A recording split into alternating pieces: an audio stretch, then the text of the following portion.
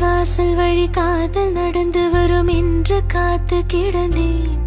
அது வானில் பறந்து வந்து கூரை திறந்து வரும் என்று இன்று தெளிந்தேன். தாவி வந்து என்னை அணைத்த போது எந்த சல்லி வேர்கள்